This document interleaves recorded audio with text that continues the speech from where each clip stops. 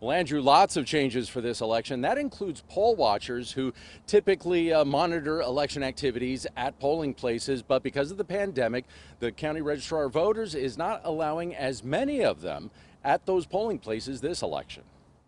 Every election it has a life of its own. County Registrar of Voters Michael Vu says the pandemic has provided a tight window to make changes for this election.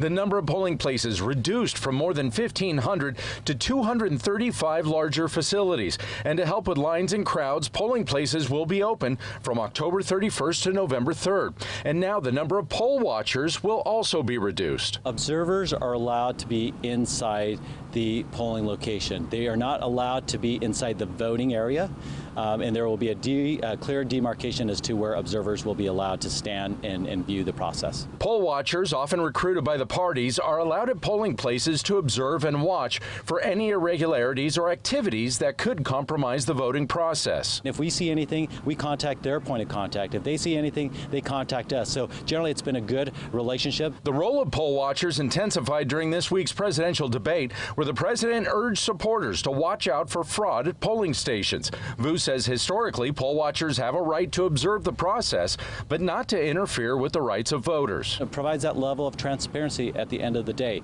But I need to be clear as well is that there is a right of the voter as well. And the right of the voter is to be free of any level of intimidation, free of any level of interference, as well as free of any rhetoric that would be discussed inside that respective polling location. Vu says he can't think of any problems with poll watchers in the past and doesn't expect any problems this election. I feel good about the preparation of this upcoming election.